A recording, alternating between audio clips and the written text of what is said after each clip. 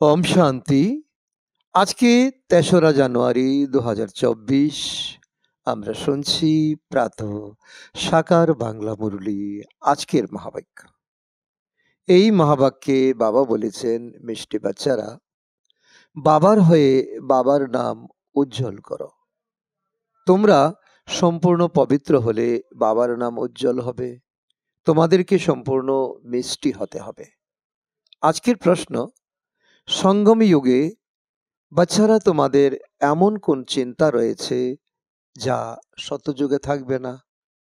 উত্তর, সঙ্গমে তোমাদের পবিত্র হওয়ারই চিন্তা থাকে, বাকি আর সব বিষয় থেকে বাবা তোমাদের নিশ্চিন্ত করে দেন। তোমরা পুরুষার্থ করো এই জন্য যেন পুরানো শরীর প্রসন্ন চিত্তে ত্যাগ করা যায়। তোমরা জানো যে পুরানো বস্ত্র বা শরীর ত্যাগ করে নতুন নিতে হবে, কাঞ্চনকায়া শরীর প্রাপ্ত করবে। প্রতিটি বাচ্চা নিজেকে, নিজের মনকে জিজ্ঞাসা করো যে আমাদের খুশি কতটা থাকে, আমরা কতটা সময় বাবাকে স্মরণ করি। ওম শান্তি। মিষ্টি মিষ্টি হারানিধি বাচ্চাদের অসীম জগতের বাবা বোঝান। তিনি পড়ানো আবার বোঝানো। তিনি পরাণ রচয়িতা আর রচনার আদি মধ্য অন্তের গুপ্ত রহস্য, আর বোঝান সর্বগুণ হও, দৈবী গুণ ধারণ করো। স্মরণ করতে করতে তোমরা শতপ্রধান হয়ে যাবে। তোমরা জানো যে এই সময় এই সৃষ্টি হলো তমপ্রধান। শতপ্রধান সৃষ্টি ছিল, যা এখন ৫,০০০ বছরে তমপ্রধান হয়ে গেছে। এ হলো পুরনো দুনিয়া। সকলের উদ্দেশ্যেই বলা হবে, তাই না? এরা নতুন দুনিয়ায় ছিল, শান্তিধামে ছিল না। বাবা আত্মাদেরই বসে বোঝান, হে রুহানি বাচ্চারা, তোমাদের শতপ্রধান অবশ্যই হতে হবে। বাবার অবিনাশী উত্তরাধিকার অবশ্যই নিতে হবে। আমাকে অর্থাৎ নিজের পিতাকে অবশ্যই স্মরণ করতে হবে। লৌকিক বাচ্চারাও লৌকিক পিতাকে স্মরণ করে। যত বড় হতে থাকে, পার্থিব সম্পত্তির উত্তরাধিকার পাওয়া যায়, অধিকারী হতে থাকে। তোমরা হলে বাচ্চারা অসীম জগতের পিতার সন্তান। বাবার থেকে ব্যাহদের উত্তরাধিকার নিতে হবে। এখন ভক্তি ইত্যাদি করার কোনো প্রয়োজন নেই। এ তো বাচ্চারা বুঝে গেছে না যে এ হলো ইউনিভার্সিটি, অর্থাৎ ঈশ্বরীয় বিশ্ববিদ্যালয়। সব মানুষকেই লেখাপড়া করতে হয়, অসীম জগতের বুদ্ধি ধারণ করতে হবে। এখন এই পুরানো দুনিয়াকে পরিবর্তিত হতে হবে। যা এখন তমপ্রধান, সেটাই শতপ্রধান হয়ে যাবে। বাচ্চারা জানে এই সময় আমরা অসীম জগতের বাবার কাছ থেকে অসীম সুখের উত্তরাধিকার পাচ্ছি। এখন আমাদের একমাত্র রুহানি বাবার মতানুসারেই চলতে হবে। এই আধ্যাত্মিক স্মরণের যাত্রার দ্বারাই তোমাদের আত্মা শতপ্রধান হতে থাকে। কারণ আবার এই শতপ্রধান দুনিয়ায় তোমাদেরকেই যেতে হবে। তোমরা বুঝতে পেরেছ না যে আমরা হলাম ব্রাহ্মণ, আমরা বাবার হয়ে গিয়েছি, পড়া করছি, আর পড়াকেই তো জ্ঞান বলা হয়। ভক্তি হলো আলাদা। তোমাদের ব্রাহ্মণদের বাবা জ্ঞান শোনান, আর কেউই এই জ্ঞান জানে না। তারা এটা জানে না যে জ্ঞানের সাগর বাবা, যিনি টিচারও, কিভাবে তিনি পড়ান। প্রশ্ন ওঠে না? বাবা তো অনেক টপিকসই বাচ্চাদেরকে বোঝাতে থাকেন। মুখ্য কথা হলো সম্পূর্ণ বাবার হয়ে বাবার নাম উজ্জ্বল করতে হবে, সম্পূর্ণ পবিত্র হতে হবে, সম্পূর্ণ মিষ্টি হতে হবে। এই হলো ঈশ্বরীয় বিদ্যা। ভগবান বসে পড়ান, সেই উচ্চ থেকে উচ্চতম পিতাকে বসে স্মরণ করতে হবে। এ হলো ১ সেকেন্ডের কথা। নিজেকে আত্মা নিশ্চয় করো। তোমরা বাচ্চারা জানো যে আমরা আত্মারা শান্তিধামে বসবাস করি। তারপর আবার এখানে আসি আমরা পার্ট প্লে করতে। পুনর্জন্মে আসতেই থাকি। নম্বরের ক্রমানুসারে ৮৪ জন্মের পার্ট আমরা এখন পূর্ণ করছি। এই পড়াকেও, অর্থাৎ জ্ঞানকে বুঝতে হবে, পার্টকেও বুঝতে হবে। ড্রামাতে যে আমার পার্ট আছে, কি পার্ট আমি করছি, কি পার্ট আমাকে করতে হবে, ড্রামার রহস্য বুদ্ধিতে রয়েছে, তাই না? তোমরা জানো যে এই হলো আমাদের অন্তিম জন্ম, আর এখনই আমরা বাবাকে পেয়েছি। যখন ৮৪ জন্ম পূর্ণ হয়, তখনই পুরানো দুনিয়ার পরিবর্তন হয়। তোমরা এই অসীম জগতের ড্রামাকে, অর্থাৎ 84 জন্মকে আর এই পরাকে তোমরা জানো, আর জেনে তোমরা এই দুনিয়ার মালিক হতে চলছো। 84 জন্ম নিতে নিতে এখন অন্তিম লগ্নে এসে দাঁড়িয়েছ। এখন পড়ছো, পুনরায় নতুন দুনিয়ায় যাবে। নতুনরা তো আসতেই থাকে, কিছু না কিছু নিশ্চয় হতে থাকে। কেউ কেউ তো এই পড়ায় মগ্ন হয়ে যায় অল্প সময়ে। বুদ্ধিতে থাকে যে আমরা শতপ্রধান পবিত্র হতে চলেছি, আমরা পবিত্র হতে হতেই উন্নতি প্রাপ্ত করব। বাবা এও বোঝান, তোমরা যত স্মরণ করো ততই তোমাদের আত্মা পবিত্র হতে থাকে। বাচ্চাদের বুদ্ধিতে সম্পূর্ণ ড্রামাই ফিক্স হয়ে আছে। এটাও জানো যে তোমরা এই দুনিয়ার সবকিছু ত্যাগ করে এসেছো। যা কিছু এই চর্মচক্ষু দিয়ে দেখো তা আর দেখো না। এই সব চোখের সামনে তোমাদের বিনাশ হয়ে যাবে। এ সব কিছুই শেষ হয়ে যাবে, নিমিষেই শেষ হয়ে যাবে। এখন এ হলো তোমাদের অন্তিম জন্ম। আর কেউই এই অসীম জগতের ড্রামাকে জানে না, জানার চেষ্টাও করে না। তোমরা এখন সম্পূর্ণ চক্রকেই জানো। বাবা এসেছেন এখন তোমাদের তমপ্রধান থেকে শতপ্রধান বানাতে। যেমন লৌকিক জগতের পরীক্ষা 12 মাস পরে হয়, তোমাদের স্মরণের যাত্রা এখনো সম্পূর্ণ হয়নি। অনেক কিছুই স্মরণে আসে, তারপর পুনরায় যখন পরিপক্ক হতে থাকবে তখন আর কিছুই স্মরণে থাকবে না, কর্মাতীত অবস্থায় চলে যাবে। আত্মা সম্পূর্ণ অশরীরী এসেছে, অশরীরী হয়েই যেতে হবে। তোমরা সমগ্র সৃষ্টির প্রতিটি মানুষেরই পার্টকে তোমরা জানো। মানুষের সংখ্যা ক্রমাগত অত্যন্ত বৃদ্ধি পেয়েই চলছে, কোটি কোটি হয়ে গেছে। সত্যযুগে তো আমরা অনেক অল্প সংখ্যক থাকব। পুনর্জন্ম নিতে নিতে আর অন্য সব ধর্মের মঠ পন্থ শাখা প্রশাখা বাড়তে বাড়তে সৃষ্টিরূপী কল্পবৃক্ষ অনেক বড় হয়ে গেছে। আদি সনাতন দেবী দেবতা ধর্মই প্রায় লোপ হয়ে গেছে। আমরাই দেবী দেবতা ধর্মে ছিলাম, শতপ্রধান ছিলাম। এখন সেই ধর্মই তমপ্রধান হয়ে গেছে। এখন আবারও শতপ্রধান হতে হবে। তার জন্য তোমরা পুরুষার্থ করছো, জোরদার পুরুষার্থ করতে হবে। আর তা হওয়ার জন্যই আমরা এখন পড়াশোনা করছি, প্র্যাকটিস করছি। যত পড়বে পড়াবে ততই অনেকের কল্যাণ হতে হবে। তোমাদের টাইটেলে তো দেওয়া হয়েছে তোমরা বিশ্ব কল্যাণকারী আত্মা। অত্যন্ত স্নেহপূর্বক বোঝাতে হবে, এরোপ্লেন থেকে প্রচারপত্র ফেলতে হবে। তাতেও এটাই বোঝাতে হবে যে তোমরা জন্ম জন্মান্তর ধরে ভক্তি করে এসেছ। গীতা পড়াও হলো ভক্তি। এমন নয় যে গীতা পড়ে কেউ মনুষ্য থেকে দেবতা হয়ে যাবে। ড্রামা অনুসারে বাবা যখন আসেন তখন এসে শতপ্রধান হওয়ার যুক্তি প্রদান করেন। তখন পুনরায় আমাদের শতপ্রধান পদ প্রাপ্তি ঘটে। তোমরা বাচ্চারা জানো এই পড়ার দ্বারাই আমরা এমন দেবী দেবতা হব যেমন ছিলাম আমরা। এই সময় আমাদের লক্ষ্য দেওয়া হয়েছে। আমাদের এইম অবজেক্ট হলো আমরা নর থেকে নারায়ণ হব, নারী থেকে লক্ষ্মী হব, বিষ্ণুপুরীতে আমরা যাব। এ হলো ঈশ্বরীয় পাঠশালা। ভগবান তোমাদের পড়িয়ে নর থেকে নারায়ণ তৈরি করেন। আমরা যখন শতপ্রধান ছিলাম তখন স্বর্গ ছিল, এখন তমপ্রধান হয়ে যাওয়ায় তা নরক হয়ে গেছে। পুনরায় চক্রকে ঘুরতেই হবে, ড্রামা তো বসে থাকে না। বাবাই এসে মনুষ্য থেকে দেবতা, বিশ্বের মালিক হওয়ার পুরুষার্থ করান। বাবাকে স্মরণ করতে হবে আর দৈবী গুণ ধারণ করতে হবে। লড়াই ঝগড়া করবে না। দেবতারা কখনো লড়াই ঝগড়া করে কি? করে না। তোমাদেরও তেমনই হতে হবে। দেবতাদের মতো আচার আচরণ তোমাদের শিখতে হবে, ম্যানার শিখতে হবে। তোমরাই এমন সর্বগুণ সম্পন্ন ছিলে, শ্রীমত অনুসারে চলে তেমনই তোমাদের হতে হবে। নিজেকে জিজ্ঞাসা করো যে আমরা কতটা খুশিতে থাকি, কতখানি নিশ্চয়তা রয়েছে। এ তো সারাদিন স্মরণ করা উচিত, কিন্তু মায়া এমনই যে ভুলিয়ে দেয় বারবার। তোমরা জানো বাচ্চারা যে বাবার সাথে আমরাও হলাম বিশ্ব সেবাধারী। পূর্বে তোমরা পার্থিব জগতের পড়াশোনা করতে, আর এখন অসীম জগতের বাবার থেকে অসীমের পড়া পড়ছ। এ হলো পুরানো শরীরের, যা নিজের সময় অনুযায়ী মুক্ত হয়ে যাবে। সময় না হলে মুক্ত হতে পারে না। আমরা যেন হাসতে হাসতে এই শরীর ছাড়ি, এমন অবস্থা তৈরি করতে হবে, এমন পুরুষার্থ করতে হবে। আমরা এই ছিচি শরীরকে ছেড়ে, পুরানো দুনিয়াকে ছেড়ে খুশি মনে চলে যাব। কোনো বড় দিন থাকলে খুশি হয়ে আমরা কি করি? নতুন বস্ত্র পরি, তাই না? এখানে তোমরা জানো যে নতুন দুনিয়ায় আমরা নতুন শরীর পাবো, কাঞ্চন কায়া শরীর পাবো, ধারণ করব। এখন আমাদের একটাই চিন্তা, তা হলো পবিত্র হওয়ার আর সব চিন্তা থেকে আমাদের মুক্ত হয়ে যাওয়ার। এই সব কিছুই শেষ হয়ে যাবে, তাহলে চিন্তা কেন করব? আধা কল্প আমরা ভক্তি মার্গে চিন্তায় ছিলাম, পুনরায় আধা কল্প আর কোনো চিন্তা থাকবে না।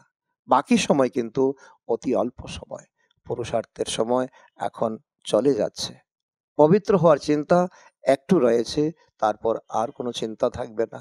এ হলো সুখ দুঃখের খেলা। শতযুগে সুখ, কলিযুগে দুঃখ রয়েছে। বাবা এও বুঝিয়েছেন, বাচ্চারা তোমরা জিজ্ঞাসা করতে পারো যে শতযুগ সুখধাম নিবাসী নাকি কলিযুগ দুঃখধামের। তোমরা এরকম নতুন নতুন কথা শোনাও, তোমরা এমন পহেলি বানাও, এমন প্রশ্নাবলী বানাও, যাতে সকলের প্রশ্নের উত্তর দিয়ে তোমরা বাবার সঙ্গে যুক্ত করতে পারবে।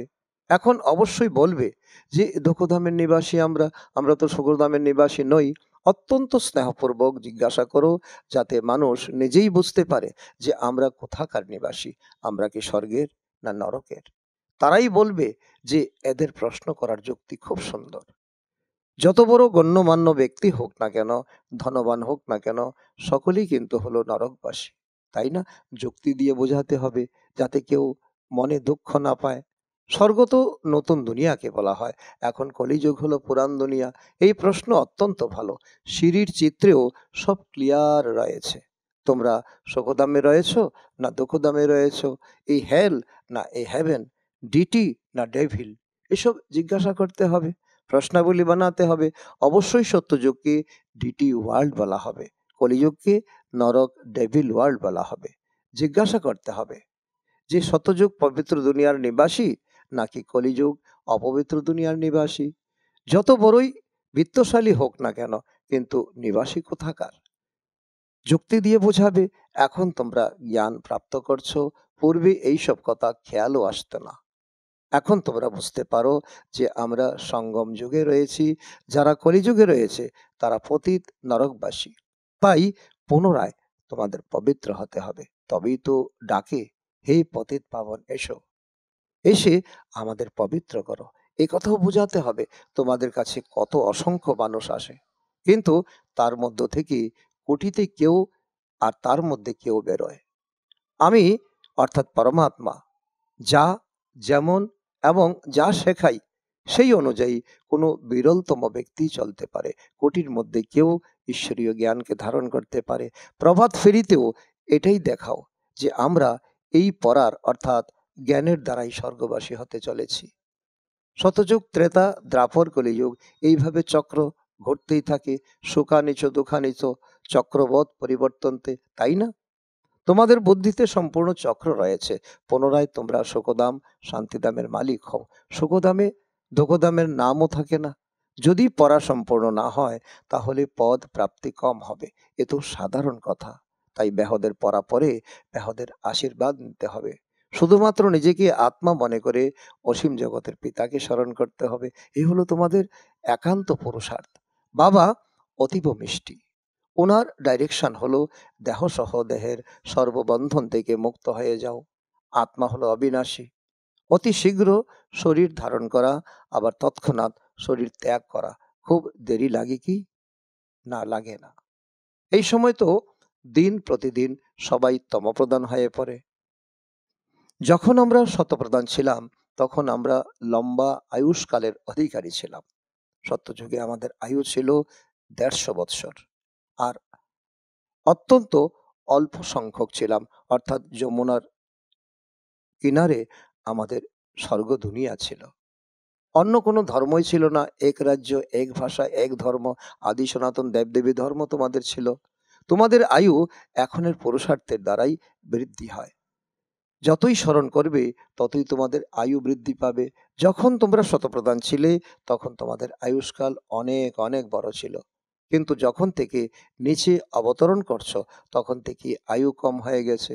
রজতে নেমে গেছে, আয়ু কমেছে। তমতে নেমে গেছে, আরো আয়ু কমে গেছে।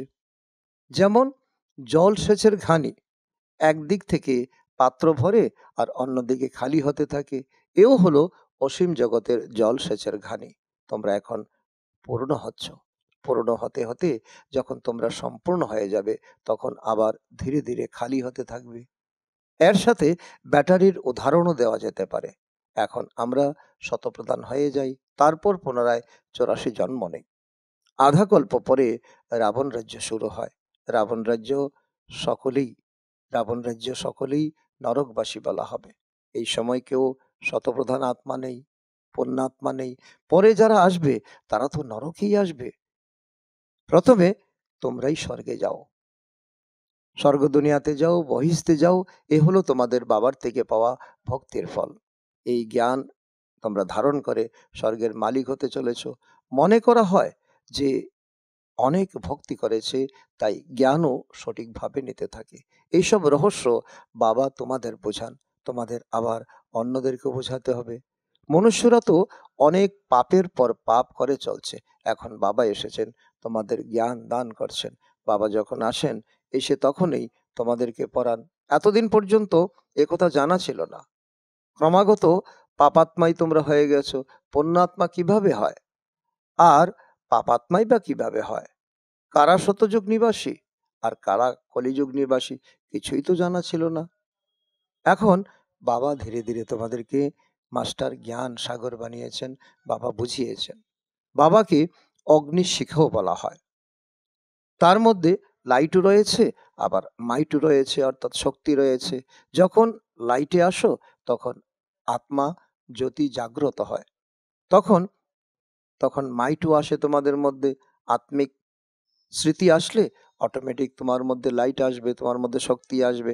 তোমাদের লাইফও অনেক বড় হয়ে যায়। সেখানে অর্থাৎ সত্যযুগে কাল তোমাদের গ্রাস করতে পারে না। খুশি খুশিতে তোমরা এক শরীর ছেড়ে অন্য শরীরে চলে যাও। দুঃখের কোনো কথাই থাকে না। এই জন্য এক ধরনের খেলা। তোমরা শতযুগ থেকে কলিযুগ পর্যন্ত অভিনয় করছো, অভিনয় করে চলছো। এই কথা তোমাদের বুদ্ধিতে একদম বসে গেছে। বাবা তোমাদেরও পিতা, শিক্ষক, আবার সদ্গুরুও বটে। এ কথা একমাত্র বাচ্চারাই পুরুষার্থের নম্বর ক্রমানুসারে জানে। পুনর্জন্মকেও তোমরাই বোঝো যে তোমরা কতবার জন্মগ্রহণ করো। ব্রাহ্মণ ধর্মে তোমরা কত জন্ম নাও? এক জন্ম। তোমাদের এখন স্পেশাল জন্ম, হিরিতুল্য জন্ম। কেউ কেউ 2-3 জন্মও নেয়। মনে করো কেউ শরীর ত্যাগ করেছে, সে ব্রাহ্মণত্বের সংস্কার নিয়ে গেছে, তাই না? তাই ব্রাহ্মণত্বের সংস্কার থাকার কারণে তারা পুনরায় সত্যিকারের ব্রাহ্মণ কুলেই আসবে। ব্রাহ্মণ কুলের আত্মারা তো সংখ্যায় বৃদ্ধি পেতেই থাকবে। ব্রাহ্মণ কুলের সংস্কার তো সাথে নিয়ে যায়। কিছু হিসেব নিকাশ থাকলে পরে কেউ কেউ দু তিন জন্ম নিতে পারে। এক শরীর ত্যাগ করে অন্য শরীর নেবে।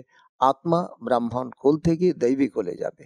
এই তোমাদের পড়াশোনা এখন চলছে। এর মধ্যে শরীরের কোনো কথাই নেই। এখন তোমরা বাবার হয়েছ না? তোমরা হলে ঈশ্বরীয় সন্তান, আবার প্রজাপিতা ব্রহ্মারও সন্তান। তোমরা বাপ দাদা তোমাদেরকে এই সময় ডবল ইঞ্জিন হয়ে পালনা দিচ্ছেন। অন্য কোনো সম্বন্ধই তোমাদের নেই এখন। এক বাবা, দ্বিতীয় আর কেউ নেই। অসীম জগতের বাবার হয়ে যাওয়ার কোনো কম কথা নয়। তোমরা জন্ম জন্মান্তরের এখন শক্তিশালী সম্বন্ধ পেয়েছ। তোমরা এখন অনেক ভাগ্যশালী আত্মা। তোমরা সুখদামের মালিক হয়ে যাও।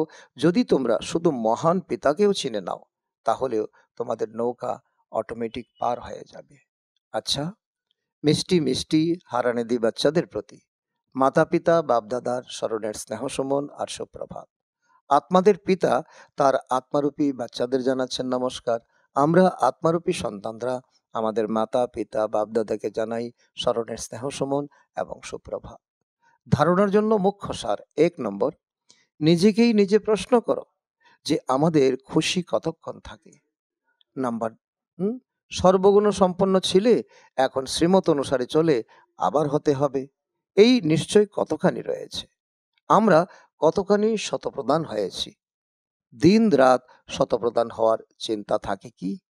নাম্বার 2, অসীম জগতের বাবার সাথে বিশ্ব সেবা করতে হবে। খোদাই খিদমতগার হতে হবে। অসীম জগতের পড়তেও হবে, আবার অন্যকে পড়াতে হবে। দেহসহ যা কিছু বন্ধন রয়েছে সেগুলিকে বাবার স্মরণে থেকে মুক্ত করতে হবে। আজকের বরদান, মালিক ভাবের স্মৃতির দ্বারা মন মনোভাব স্থিতি তৈরি করে থাকা মাস্টার সর্বশক্তিমান ভব। তার অর্থ হলো সর্বদাই এই স্মৃতি যেন ইমর্জ রূপে থাকে যে আমি আত্মা, করণ করাবনহার, আমি হলাম মালিক, বিশেষ আত্মা, আমি মাস্টার সর্বশক্তিমান। তাহলে এই স্মৃতির দ্বারা মন, বুদ্ধি আর সংস্কার নিজের কন্ট্রোলে থাকবে। আমি হলাম আলাদা আর মালিক। এই স্মৃতির দ্বারা মন মনোভাবর স্থিতি অবশ্যই তৈরি হয়ে যায়, সহজেই তৈরি হয়ে যায়।